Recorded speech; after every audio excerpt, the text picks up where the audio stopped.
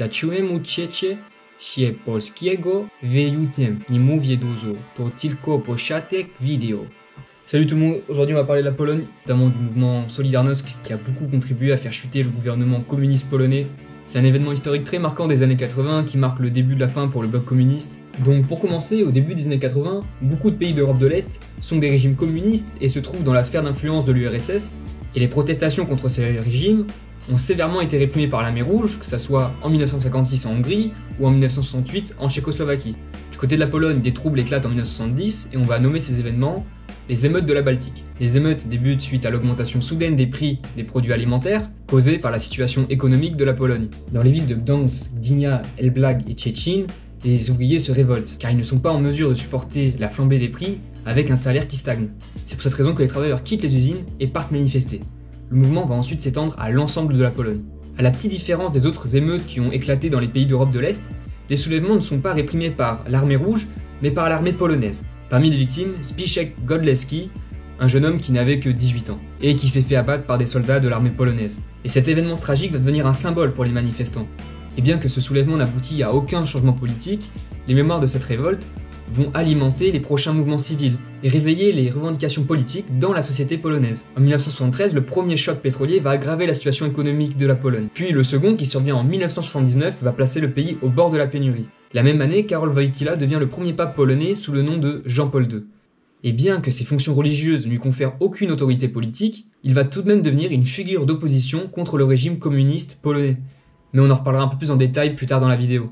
Bref, c'est dans ce contexte qu'en 1980 va naître le mouvement Solidarność, qui signifie solidarité. Dans un chantier naval de Gdansk, Anna Walentinowicz crée la première association indépendante. La formation de syndicats étant interdite à l'époque, cette action lui vaut un licenciement. Une décision qui provoque alors une grève générale et les 17 000 ouvriers du chantier naval cessent de travailler. Anna Walentinowicz et Lech Walesa cofondent alors le syndicat Solidarność. De là naît un mouvement social qui, à la différence des émeutes des années 70, va être très minutieusement structuré. Les manifestations restent toujours dans un cadre légal et ont pour ligne directrice la non-violence. Solidarność est soutenu par une grande partie de la société civile, des intellectuels, mais surtout l'Église catholique. Puisqu'il faut savoir que l'Église est très influente en Pologne, mais encore plus depuis que Jean-Paul II est devenu pape.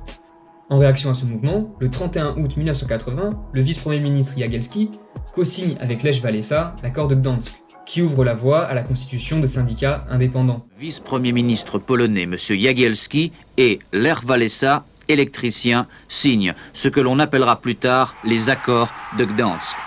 Pour la première fois dans un pays de l'Est, un syndicat indépendant du Parti communiste et autogéré se voit reconnaître une existence légale et nationale. On assiste là à une première victoire pour Solidarność. Cependant, en décembre 1981, toute la direction de Solidarność est arrêtée. La crainte d'une perte de pouvoir pousse le général à instaurer la loi martiale. Et les syndicats sont de nouveau interdits. Des grèves et des manifestations éclatent immédiatement, mais le régime réprime efficacement le soulèvement populaire. Depuis décembre dernier et la proclamation de l'état de guerre en Pologne, le gouvernement militaire du général Jaruzelski s'était contenté de suspendre Solidarité. Lech Walesa va être emprisonné et les activités de Solidarność vont être réduites à la clandestinité. En 1983, la loi martiale est abolie, mais certaines restrictions sont maintenues, comme notamment la censure. La même année, Lech Walesa obtient le prix Nobel de la paix, ce qui lui offre un rayonnement supplémentaire dans sa lutte. En 1987, la politique de la perestroïka menée par Gorbatchev va déteindre sur les pays satellites de l'URSS. Et de cette manière, le gouvernement polonais organise des référendums pour de possibles réformes politiques et économiques en Pologne. Mais l'initiative est un échec total. Le référendum est fortement boycotté, ce qui témoigne d'un manque de confiance évident de la population envers le gouvernement communiste. Lech Walesa, qui est alors largement soutenu par la population, va proposer un compromis au général avec le rétablissement du pluralisme politique et du pluralisme syndical. Ce compromis servira d'exemple pour les mouvements contestataires des pays socialistes qui conduiront notamment à la chute du mur de Berlin. Lors des élections législatives de 1989, les militants de Solidarność obtiennent une large majorité des sièges au Sénat. Un événement historique puisque c'est la première fois depuis 1945 qu'un gouvernement à majorité non communiste est formé. En 1990, les premières élections présidentielles ont lieu.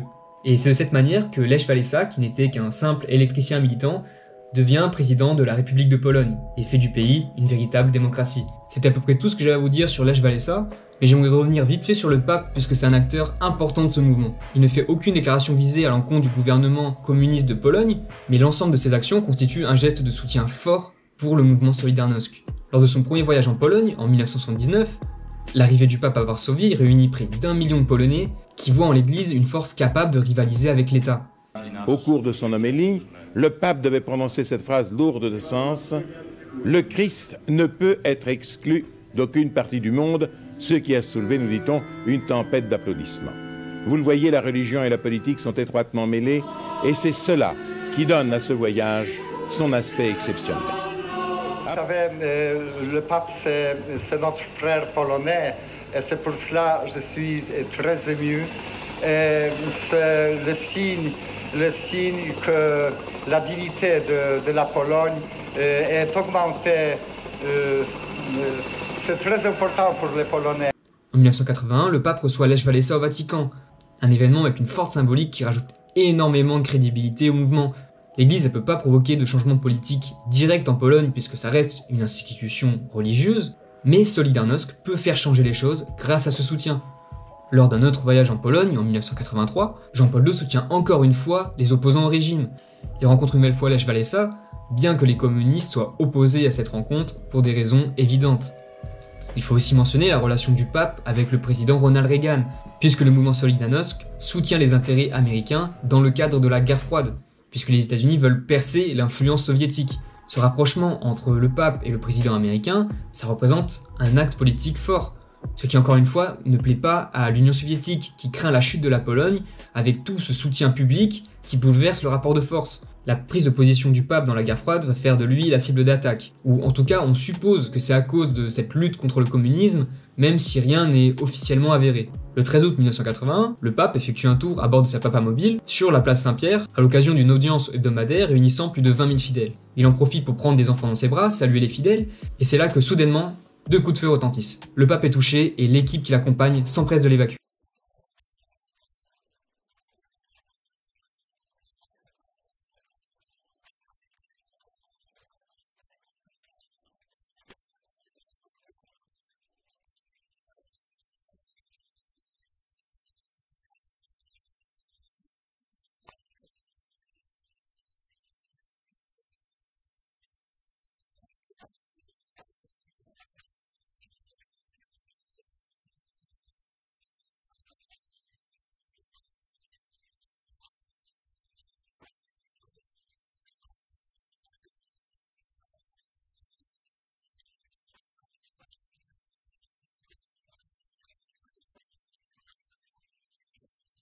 Le tireur est un Turc, il s'agit de Mehmet Ali Akça. Et très rapidement, l'enquête se focalise sur la piste bulgare, puisque Mehmet a résidé 2 mois en Bulgarie avant de se rendre à Rome pour commettre l'attaque.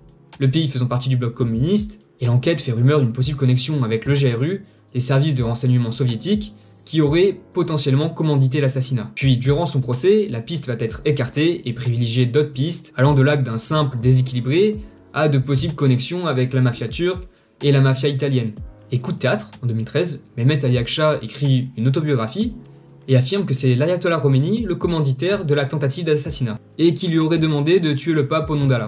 Enfin bref, on nage en plein délire, bientôt on va apprendre que en fait c'était Monsieur Burns le responsable, enfin ça va n'importe où. Du coup on n'aura jamais le fin mot de cette histoire, même si on suppose fortement que cette APAP envers le pape était organisée en conscience des enjeux géopolitiques. Jean-Paul II, c'est une personnalité inoubliable, déjà pour sa fonction de pape, mais aussi pour sa lutte engagée contre le communisme. C'est une icône très inspirante de par son caractère sain et de par les valeurs qu'il représente. Si ça vous intéresse, je vous mets en description un documentaire qui retrace une partie de sa vie, je vous conseille vraiment d'aller voir. Voilà, c'était tout, je vais devoir conclure. Ce qui est assez surprenant, c'est qu'une grosse partie des gens de ma génération n'ont jamais entendu parler de Solidarność, alors que pourtant c'est avec ce mouvement polonais que le mur de Berlin a commencé à se fissurer. Fissure dans le bloc communiste qui, combiné à d'autres facteurs, a permis l'effondrement de l'Union soviétique et la libération des pays d'Europe de l'Est de l'influence communiste de Moscou. Merci d'avoir regardé cette vidéo, j'espère que ça vous a intéressé. J'ai encore plein d'idées de vidéos mais je sais pas ce que sera la prochaine. C'est pas dit qu'on traite encore d'histoire ou de géopolitique. En tout cas, merci aux gens qui soutiennent mon contenu, ça me fait très plaisir. To na też peniu razu cię klopaki.